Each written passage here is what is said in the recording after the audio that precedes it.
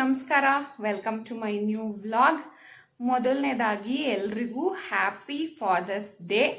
ಯಾರ್ಯಾರೆಲ್ಲ ತಂದೆದಿರಿದ್ದೀರಾ ಇಡೀ ವಿಶ್ವದಾದ್ಯಂತ ಅವರೆಲ್ರಿಗೂ ಹ್ಯಾಪಿ ಫಾದರ್ಸ್ ಡೇ ಅಂತ ಹೇಳೋದಕ್ಕೆ ಇಷ್ಟಪಡ್ತೀನಿ. ಅಪ್ಪ ಅಂದರೆ ಯಾರಿಗಿಷ್ಟ ಇಲ್ಲ ಹೇಳಿ, ಗಂಡು ಮಕ್ಕಳಾಗಿರ್ಬೋದು ಹೆಣ್ಮಕ್ಳಾಗಿರ್ಬೋದು. ಸೊ ಅವರ ಮೊದಲನೇ ಹೀರೋ ಅಂದರೆ ಅಪ್ಪನೇ, ಅವರೇ ಒಂದು ರೋಲ್ ಮಾಡೆಲ್. ಹಾಗಾಗಿ ಅಪ್ಪ ಅನ್ನೋ ಸ್ಥಾನ ಅಷ್ಟು ದೊಡ್ಡದು. ನನಗೆ ಕೇಳಬೇಕು ಅಂತಂದರೆ ನಂಗೆ ನಮ್ಮಪ್ಪ ಅಂದರೆ ತುಂಬ ಇಷ್ಟ. ಅವ್ರು ಏನು ಹೇಳ್ತಾರೋ ಅದನ್ನು ಎಲ್ಲನೂ ಕಣ್ಮುಚ್ಕೊಂಡು ಮಾಡ್ತೀನಿ ನಾನು. ನನ್ನ ಲೈಫಿನ ಎಲ್ಲ ಡಿಸಿಷನ್ಸನ್ನು ಅವರೇನೆ ತೊಗೊಳ್ತಾ ಇದ್ದಿದ್ದು. ಈಗಲೂ ನಾನು ಏನಾದರೂ ಮಾಡಬೇಕು ಅಂದರೆ ಫಸ್ಟ್ ಅವ್ರ ಸಜೆಷನನ್ನೇ ಕೇಳ್ತೀನಿ ನಾನು. ಸೊ ಅಪ್ಪ ಅಂದರೆ ನನಗೆ ಗುರು, ಫ್ರೆಂಡ್, ಟೀಚರ್, ಗೈಡ್, ಎವ್ರಿಥಿಂಗ್ ಅಂತಲೇ ಹೇಳ್ಬೋದು. ಸೊ ಹ್ಯಾಪಿ ಫಾದರ್ಸ್ ಡೇ ಅಪ್ಪಾಜಿ ಅಂತ ಹೇಳ್ತಾ ಈಗ ಹಸ್ಬೆಂಡಿಗೆ ಅವ್ರ ಮಕ್ಳ ಕಡೆಯಿಂದ ವಿಶ್ ಮಾಡಿಸ್ಬೇಕು, ಬನ್ನಿ. So happy father's day. Thank you. ಈ ವರ್ಷ ಸೆಕೆಂಡ್ ಟೈಮ್ ಫಾದರ್ ಆಗ್ತಾ ಇದೆಯಾ? ನೆಕ್ಸ್ಟ್ ಇಯರ್ಗೆ ಇಬ್ರು ಸೇರ್ಕೊಂಡು ಸೆಲೆಬ್ರೇಟ್ ಮಾಡೋ ಥರ ಆಗಿರುತ್ತೆ. ಚಿನಿ ಪಪ್ಪಾಗ ವಿಶ್ ಮಾಡು. Happy father's day. ಪಪ್ಪ ಪುತ್ತ ಕೊಡು. ಥ್ಯಾಂಕ್ ಯು ಕಂದ. ಸೊ ಇವಳು ವಿಶ್ ಮಾಡಿದ್ಲು. ನೆಕ್ಸ್ಟ್ ಇಯರ್ಗೆ ಅವನು ಮಾತಾಡಂಗೆ ಆಗಿದ್ರೆ, ಅಂದರೆ ಇವಾಗ 1 ಇಯರ್ ಡೆಲಿವರಿ ಆಗಿ 1 ಇಯರ್ ಆಗಿದ್ರೆ ಮಾತು ಸ್ವಲ್ಪ ಬರ್ತಿರುತ್ತೆ. ಇಲ್ಲ ಅಂತಂದರೆ ಹ್ಞೂ ಅನ್ಕೊಂಡಾದ್ರು ಆಯಿತು, ಇಬ್ಬರು ಸೇರ್ಕೊಂಡು ವಿಶ್ ಮಾಡ್ತಾರೆ. ಇವತ್ತು ಸಂಡೇ ಅಂದ್ಬಿಟ್ಟು ಸೋನು ಮನೆಗೆ ಬಂದಿದ್ಲು. ಸೊ ಅವಳಿಗೆ ಸ್ನಾನ ಮಾಡಿಸ್ಬಿಟ್ಟು ಐರಾ ಅವಳ ಜೊತೆ ಹೋಗ್ತೀನಿ ಅಂತ ಹಠ ಮಾಡ್ತಾಯಿದ್ಲು. ಅದಕ್ಕೆ ಕಳಿಸೋಣ ಅಂತ ಕಳಿಸ್ತಾ ಇದ್ದೀವಿ. ನಾವು ಎಲ್ಲೂ ಹೋಗಲ್ಲ, ಅವಳು ಮನೆಯಲ್ಲೇ ಇರ್ತಾಳೆ. ಸೊ ಇವತ್ತು ಅತ್ತೆ ಮನೆಯಲ್ಲಿ ಕ್ಯಾಂಡಿ, ಫಿಶ್ ಜೊತೆ ಎಲ್ಲ ಆಟ ಆಡ್ಕೊಳ್ಳುವಂತೆ ಅಂದರೆ ಹೋಗ್ತೀನಿ ಅಂದ್ಲು. ಅದಕ್ಕೆ ಅವಳನ್ನ ಫಸ್ಟ್ ಕಳಿಸ್ತಾ ಇದ್ದೀನಿ. ನಾವು ಕೂಡ ಈಗ ಅಕ್ಕ ಮನೆಗೆ ಹೋಗೋಣ ಅಂತ ಹೊರಟಿದ್ದೀವಿ. ಯಾಕೆ ಅಂದರೆ ಸಂಡೇ ಇವತ್ತು ಇವ್ರಿಗೂ ರಜಾ ಇತ್ತು ಅಂದ್ಬಿಟ್ಟು.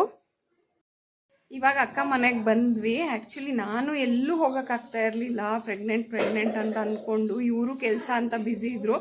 ಅಕ್ಕ ಕೂಡ ಸಂಡೇಸು ಬ್ಯುಸಿ ಇರ್ತಾಯಿದ್ರು. ಈ ನಡುವೆ ಅವ್ರನ್ನೂ ಮೀಟ್ ಮಾಡೋಕ್ಕಾಗಿರಲಿಲ್ಲ.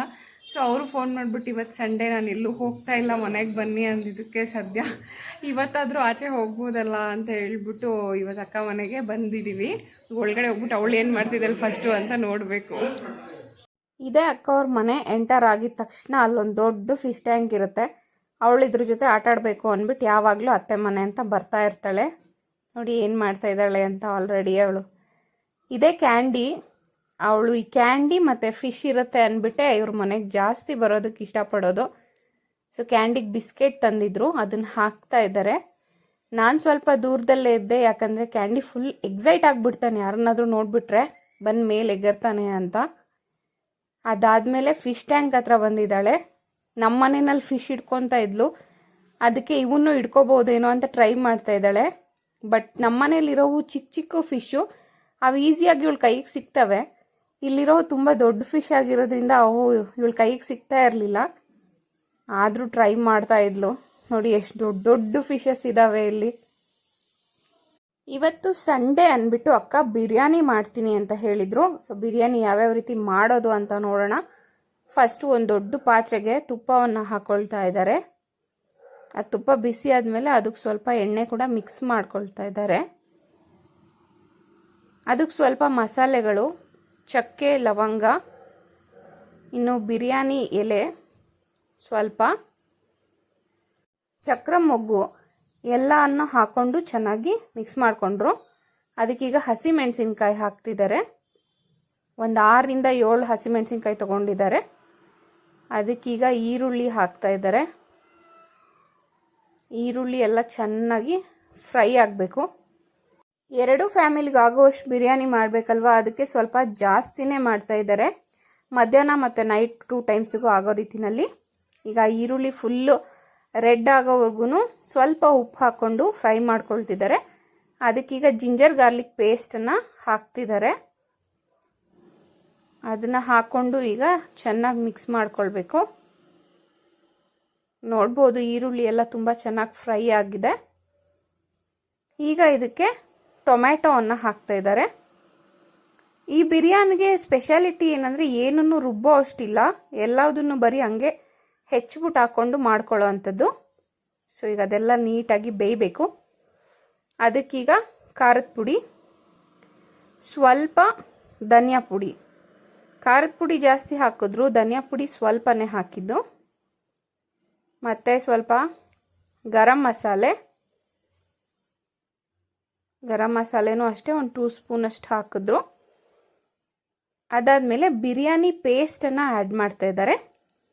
ಸೊ ಪೇಸ್ಟ್ ಆ್ಯಡ್ ಮಾಡೋದ್ರಿಂದ ಇವರು ಯಾವುದೂ ಮಸಾಲೆಗಳನ್ನ ರುಬ್ಕೊಳ್ತಾ ಇಲ್ಲ, ಬಿರಿಯಾನಿ ಪೇಸ್ಟ್ ಹಾಕ್ಬಿಟ್ಟು ಅದೇ ಥರ ಮಾಡ್ತಾ ಇದ್ದಾರೆ. ಈಗ ಇದನ್ನೆಲ್ಲ ಚೆನ್ನಾಗಿ ಮಿಕ್ಸ್ ಮಾಡ್ಕೊಳ್ಬೇಕು. ತೇಜು ಬಿರಿಯಾನಿ ಪೇಸ್ಟ್ ತರಿಸಿದ್ರು, ಬೇರೆ ಯಾವುದಾದ್ರೂ ಸಿಕ್ಕಿದ್ರೂ ನೀವು ಯೂಸ್ ಮಾಡ್ಕೊಳ್ಬೋದು. ಈಗ ಅದಕ್ಕೆ ಸ್ವಲ್ಪ ಮೊಸರನ್ನ ಆ್ಯಡ್ ಮಾಡ್ತಾ ಇದ್ದಾರೆ. ಇದು ಮನೆಯಲ್ಲೇ ಹೆಪ್ಪಾಕಿರೋ ಅಂಥ ಮೊಸರು, ನೀವು ಬೇಕಂದರೆ ಅಂಗಡಿದು ಯೂಸ್ ಮಾಡ್ಕೊಳ್ಬೋದು. ಇವರು ಇದನ್ನೇ ಯೂಸ್ ಮಾಡ್ತಾ ಇದ್ದಾರೆ. ಸೊ ಎಷ್ಟು ಬೇಕೋ ಅಷ್ಟು ಮೊಸರನ್ನ ಹಾಕ್ಕೊಂಡು ಚೆನ್ನಾಗಿ ಇವಾಗ ಮಿಕ್ಸ್ ಮಾಡ್ತಿದ್ದಾರೆ.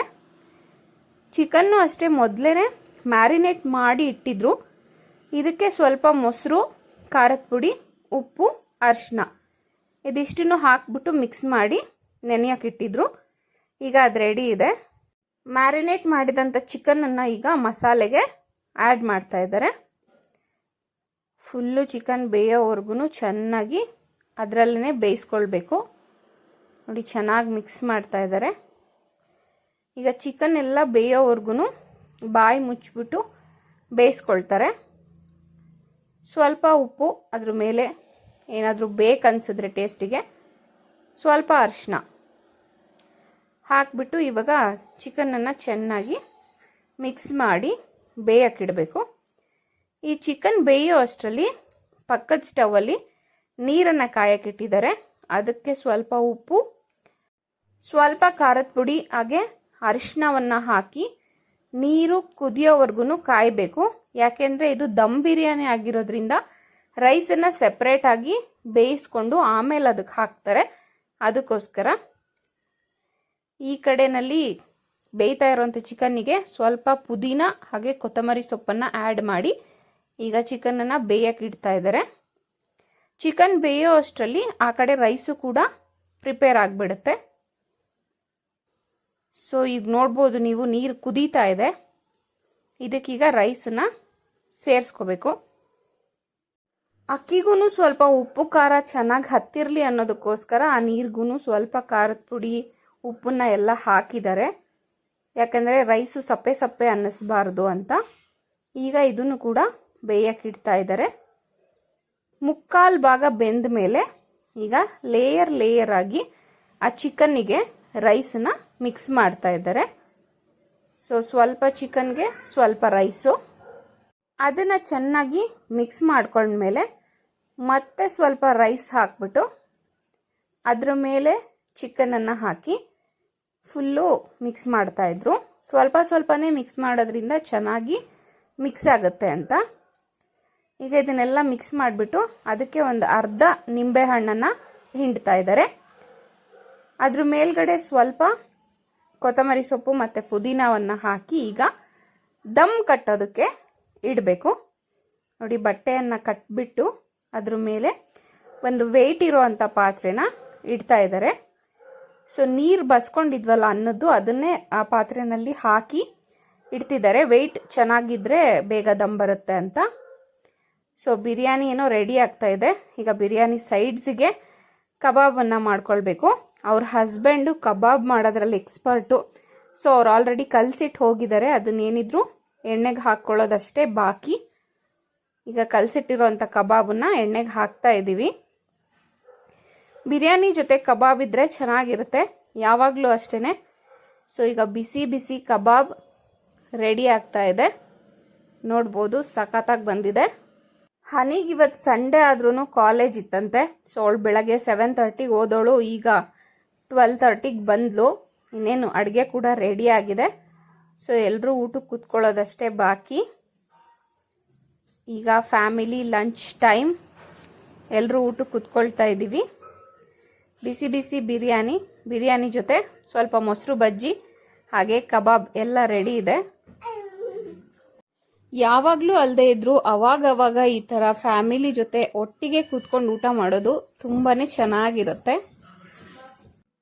ಊಟ ಮುಗೀತು.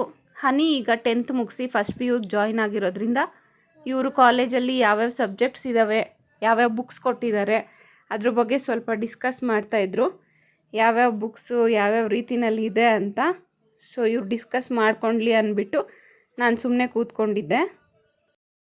ಸೊ ಊಟ ಆಯಿತು ಎಲ್ಲರದು. ಬಿರಿಯಾನಿ ಅಂತೂ ಸೂಪರಾಗಿತ್ತು. ಎಲ್ಲೇ ತಿಂದ್ರೂ ಅಕ್ಕ ಮಾಡಿದ ಬಿರಿಯಾನಿ ಥರ ಇರ್ತಿರ್ಲಿಲ್ಲ. ಅದಕ್ಕೆ ಯಾವಾಗ ಮಾಡ್ತಾರೆ ತಿನ್ನಬೇಕು ಅಂತ ಕಾಯ್ತಾ ಇದ್ದೆ. ಸೊ ಇವತ್ತು ಅವರೇ ಲಂಚಿಗೆ ಇನ್ವೈಟ್ ಮಾಡಿದರು. ಇನ್ನು ಅವ್ರು ಮಾಡೋ ಥರ ಬಿರಿಯಾನಿ ನಾನು ಮಾಡ್ಕೋಬೇಕಲ್ಲ ಅಂದ್ಬಿಟ್ಟು ಅದನ್ನು ವೀಡಿಯೋ ಮಾಡಿ ಇಟ್ಕೊಂಡಿದ್ದೀನಿ. ಐ ಹೋಪ್ ಆ ರೆಸಿಪಿ ನಿಮಗೂ ಇಷ್ಟ ಆಗುತ್ತೆ ಅಂತ. ತುಂಬ ಚೆನ್ನಾಗಾಗಿತ್ತು ಬಿರಿಯಾನಿ. ನಿಮ್ಗೆ ಇಷ್ಟ ಆಗಿದ್ರೆ ನೀವು ಒಂದ್ಸಲ ಟ್ರೈ ಮಾಡಿ. ಇನ್ನು ಸಾಯಂಕಾಲದವರೆಗೂ ಇಲ್ಲೇ ಇದ್ಬಿಟ್ಟು ಚೆನ್ನಾಗಿ ಟೈಮ್ ಪಾಸ್ ಮಾಡಿಕೊಂಡು ಮನೆಗೆ ಹೋಗ್ತೀವಿ. ಆ್ಯಕ್ಚುಲಿ ಅಕ್ಕ ಬಿರಿಯಾನಿ ಮಾಡಬೇಕಾದ್ರೆ ಅವ್ರೂ ತೋರಿಸೋಣ ಅಂದ್ಕೊಂಡೆ, ಬಟ್ ಅವರು ನೈಟಿಯಲ್ಲಿದ್ದೀನಿ ಅಂದ್ಬಿಟ್ಟು ನನ್ನ ಫೇಸ್ ತೋರಿಸ್ಬೇಡ ಅಂದಿರೋದ್ರಿಂದ ಅವ್ರನ್ನ ಕವರ್ ಮಾಡ್ದಲ್ಲೇ ಬರೀ ವಿಡಿಯೋ ಮಾತ್ರನೇ ಕವರ್ ಮಾಡಿದ್ದೀನಿ. ನೆಕ್ಸ್ಟ್ ಟೈಮ್ ಇನ್ನೊಂದು ಸಲ ಯಾವಾಗಾದ್ರೂ ವ್ಲಾಗ್ ಮಾಡಬೇಕಾದ್ರೆ ಫುಲ್ ಫ್ಯಾಮಿಲಿನ ಪರಿಚಯ ಮಾಡಿಸ್ಕೊಡ್ತೀನಿ.